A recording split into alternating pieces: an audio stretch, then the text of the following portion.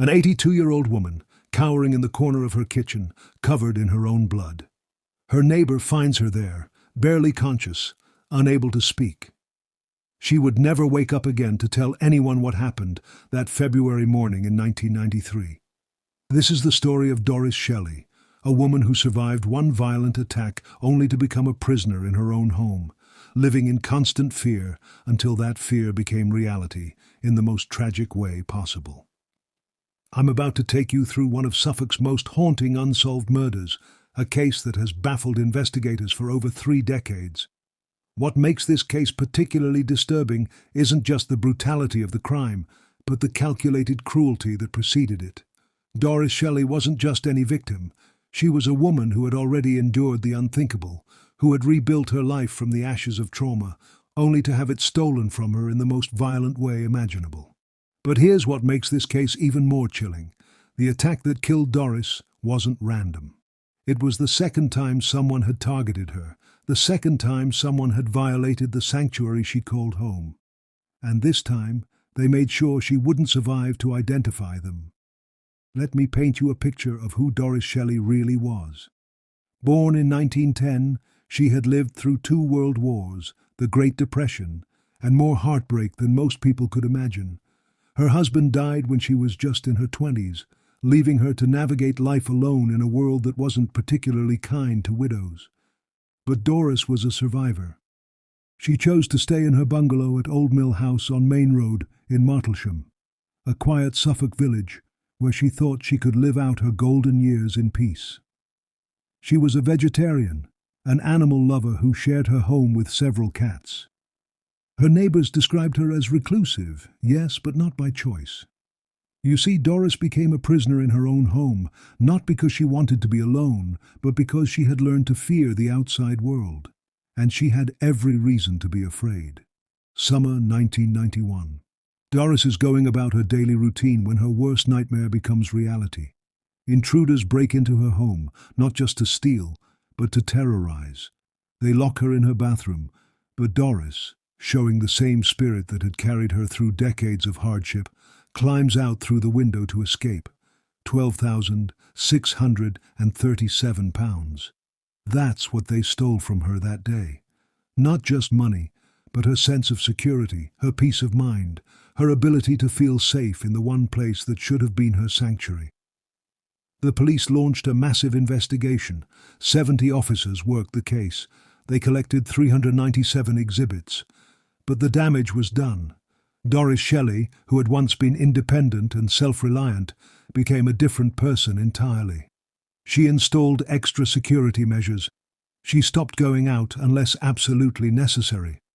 She relied on neighbors and local shopkeepers to run errands for her. The woman who had once declared she would do it without anybody's help after her husband's death now found herself dependent on others simply to survive. Her neighbors noticed the change immediately. The woman who had kept to herself but maintained her dignity now lived in constant fear. Every sound outside her window was a potential threat. Every knock on her door was a reason to panic. For 18 months Doris lived this way. 18 months of looking over her shoulder, of checking and rechecking her locks, of wondering if today would be the day they came back. February 10th, 1993, a Wednesday. The last day anyone would see Doris Shelley alive and well. She was spotted around 2 p.m., going about what would be her final afternoon of freedom from fear. But somewhere in Martlesham, someone was watching. Someone who knew about the previous robbery. Someone who knew that Doris had money, that she lived alone, that she was vulnerable. The timeline of what happened next is both precise and terrifying. Sometime between 2 p.m. on Wednesday, February 10th, and 12:45 p.m. on Thursday, February 11th, that someone made their move. They likely entered through a bedroom window, just as they had done before. But this time was different. This time they didn't just want money. This time they wanted to make sure there would be no witness, no survivor to identify them later. February 11th, 1993, 12:45 p.m. An 86-year-old neighbor becomes concerned when she doesn't see Doris moving around her bungalow. Something feels wrong. The curtains are drawn. There's no sign of life from a woman who, despite her fears, maintained a predictable routine. This neighbor, showing the kind of community spirit that defined small English villages, decides to check on Doris. She approaches Old Mill House, probably expecting to find her friend having a quiet afternoon with her cats. Instead, she discovers a scene that would haunt her for the rest of her life. The front door is unlocked. Already, this is wrong. Doris never left her door unlocked, not since the first attack. The neighbor calls out, but there's no response. She steps inside, and that's when she sees her. Doris Shelley crumpled in the corner of her kitchen, covered in blood, barely conscious. The woman who had survived so much, who had rebuilt her life twice over, reduced to a broken figure cowering against her own stove. The neighbor immediately calls for help, but it's clear that whatever happened here, it happened hours ago. Doris is dazed, confused, unable to speak coherently. The injuries are severe, obvious signs of blunt force trauma to her head, but she's alive. Barely, but alive. The paramedics arrive within minutes. They can see immediately that Doris has been beaten with something heavy, something designed to cause maximum damage. Her head injuries are consistent with multiple blows from a blunt instrument, but that's not all. She's also been kicked and punched repeatedly, as if her attacker wanted to ensure she suffered. As they rush her to Addenbrooke's Hospital in Cambridge, the paramedics work frantically to stabilize her. But the damage is extensive. The kind of damage that suggests this wasn't just a robbery gone wrong. This was personal. At the hospital, doctors fight to save her life. For 11 days, Doris Shelley clings to life, unconscious, unable to tell anyone what happened in those final moments in her kitchen. Her medical team does everything they can, but the injuries are too severe. February 22nd, 1993. 11 days after she was found, Doris Shelley dies without ever regaining consciousness. The woman who had survived decades of hardship, who had overcome tragedy and trauma, is finally defeated by the very thing she had spent the last 18 months of her life fearing. But her death means this is now a murder investigation, and Suffolk police are about to launch one of the most intensive investigations in the county's history. Detective Inspector John Smith takes charge of the case. He knows immediately that this isn't a random attack. The timing, the location, the victim, everything points to someone who knew Doris's routine, someone who knew she lived alone, someone who knew she had been targeted before. The crime scene tells a story of calculated violence. The intruder entered through a bedroom window, just as they had in 1991. But this time, they came prepared for confrontation. They brought a weapon, something heavy enough to cause fatal head injuries. The attack happened in the kitchen, suggesting Doris was going about her normal routine when the intruder confronted her. There are no signs of a struggle elsewhere in the house, which means the assault was swift and brutal. The killer didn't want to give her any chance to escape like she had before. But here's where the investigation takes an interesting turn. The police aren't just looking at this as an isolated incident. They're examining it as part of a pattern, a potential series of attacks on elderly, vulnerable residents in the area. September 10th, 1992. Just 4 months before Doris's murder, a postmistress in nearby Elkie was attacked in circumstances that bore striking similarities to what happened to Doris. The police immediately begin investigating possible connections. The manhunt intensifies. 70 officers are assigned to the case, making it one of the largest investigations Suffolk police had ever mounted. They re-examine every piece of evidence from the 1991 robbery, looking for connections, for clues that might have been missed the first time. Those 397 exhibits from the original burglary suddenly become crucial evidence. Every fingerprint, every fiber, every piece of physical evidence is reanalyzed with the knowledge that the same person might have returned to finish what they started. But the killer has left new clues this time.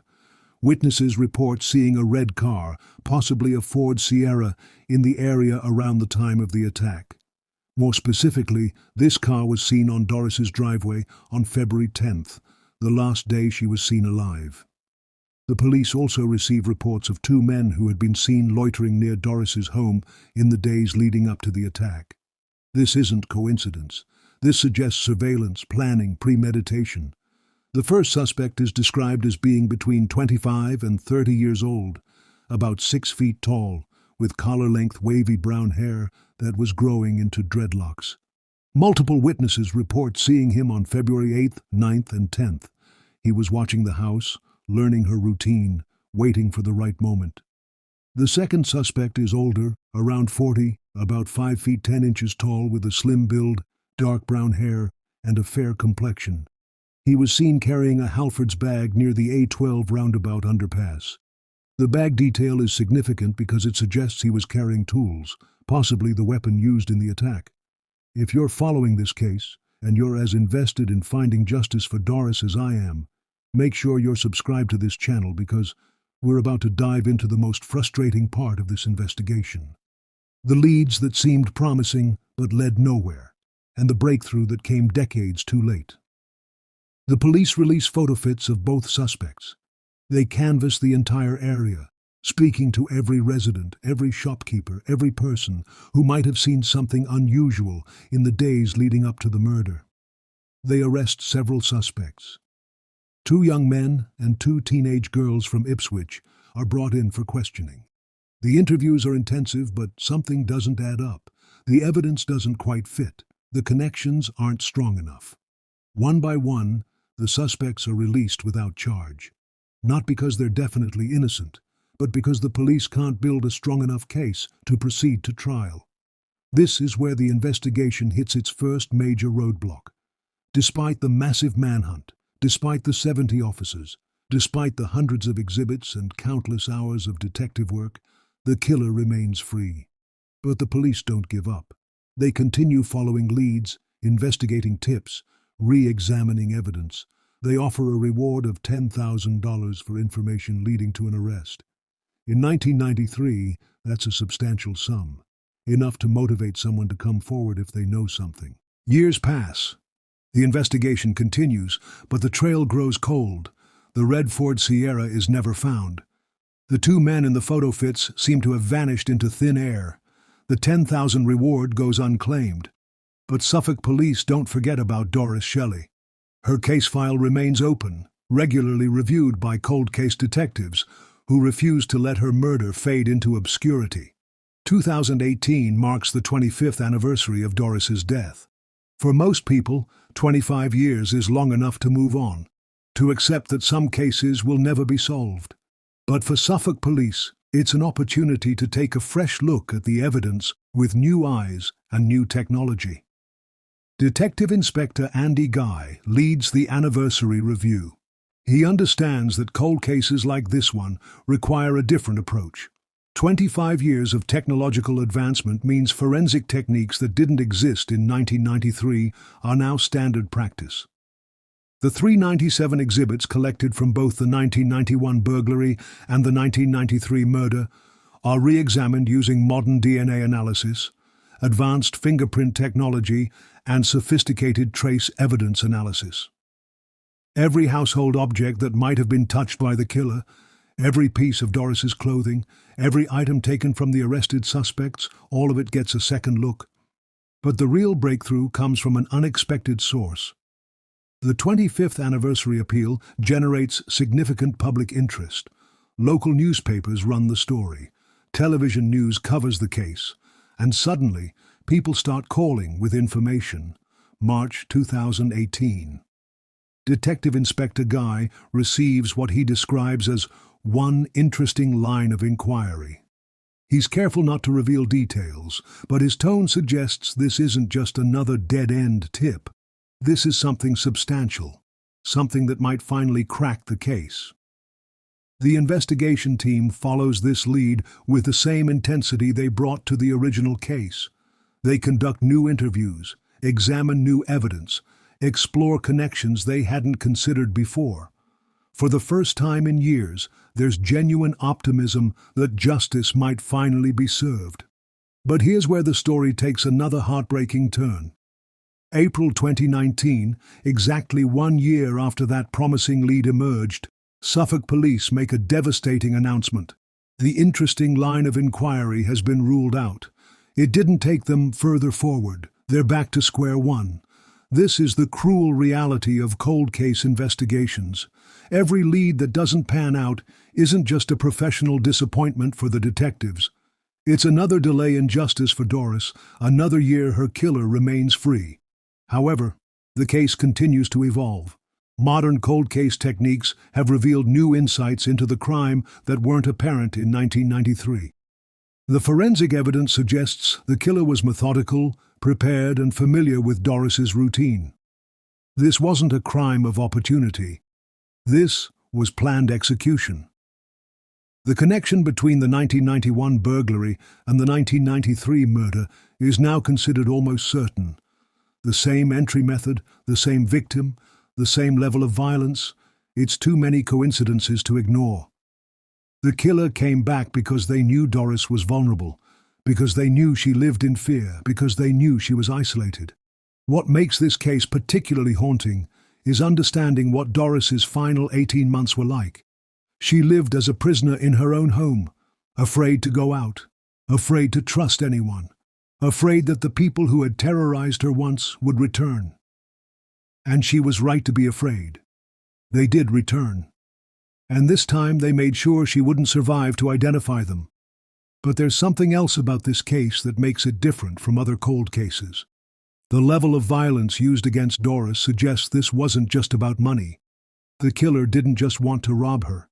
They wanted to hurt her, to make her suffer, to ensure she couldn't escape like she had before. This personal element suggests the killer might have felt humiliated by Doris's escape in 1991. They came back not just for financial gain, but for revenge against an elderly woman who had dared to outwit them. 2023 brings new developments. 30 years after Doris's murder, Suffolk police announced they're still actively reviewing the case. New cold case manager Detective Inspector Sarah Thompson takes over the investigation, bringing fresh perspective and modern techniques to bear on the evidence. The 397 exhibits are examined once again, this time using techniques that didn't exist even in 2018. DNA analysis has advanced significantly, making it possible to extract genetic material from evidence that would have been useless decades ago. There's also new focus on the red Ford Sierra. Modern vehicle tracking technology and historical DVLA records make it possible to trace car ownership and movement patterns in ways that weren't possible in 1993. Every red Ford Sierra registered in Suffolk and the surrounding counties in 1993 is being investigated. But perhaps the most significant development is the new approach to witness testimony. Cognitive interview techniques have advanced dramatically, making it possible to extract more detailed and accurate information from witnesses, even decades after the fact. The two men seen loitering near Doris's home are still of primary interest. The detailed descriptions provided by witnesses suggest they were conducting surveillance, possibly over several days. This level of planning indicates the killer had local knowledge and might still be living in the area. If you've made it this far in Doris's story, you understand why this case matters. It's not just about one elderly woman who died 30 years ago. It's about the principle that no one should die afraid and alone, that no killer should be able to terrorize the vulnerable and escape justice. Subscribe to this channel if you want to stay updated on developments in cases like this, because cold cases are being solved every day using modern techniques and renewed public interest. Here's what makes Doris Shelley's case different from other cold cases. The killer is probably still alive. The evidence is extensive.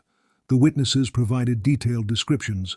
Modern forensic techniques continue to improve. And most importantly, Suffolk police have never given up. The investigation continues today.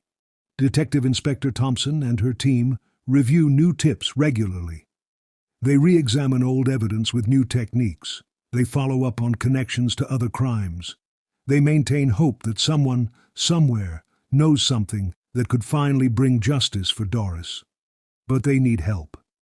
Cold cases are solved by communities, not just by police. Someone knows who drove that red Ford Sierra. Someone knows who those two men were. Someone knows what happened to Doris Shelley in her final moments. If you have any information about this case, if you were living in the Martlesham area in 1993, if you remember seeing anything unusual around that time, Suffolk Police want to hear from you. You can contact their Unsolved case team at Unsolved Case Reviews, Norfolk.police, UK. Doris Shelley deserves justice. She deserves to be remembered not just as a victim, but as a woman who survived incredible hardship, who showed remarkable courage in the face of terror, and who should have been allowed to live out her final years in peace. Her story reminds us that behind every cold case is a real person with hopes, fears, and the fundamental right to safety in their own home. Doris was denied that right twice. The second time, it cost her everything. But her story isn't over. As long as her case remains open, as long as detectives continue to investigate, as long as the public remembers her name, there's still hope for justice. The killer thought they had gotten away with murder. For 30 years they've been right, but cold cases have a way of catching up with people. Evidence that seemed useless in 1993 might be the key to solving the case in 2025. If this case has affected you the way it's affected me, hit that like button and share this video. The more people who know about Doris Shelley's story, the better chance we have of finally getting her the justice she deserves. The investigation continues. The search for answers continues. And somewhere out there, someone knows the truth about what happened to Doris Shelley in February 1993. The question is, will they finally have the courage to come forward?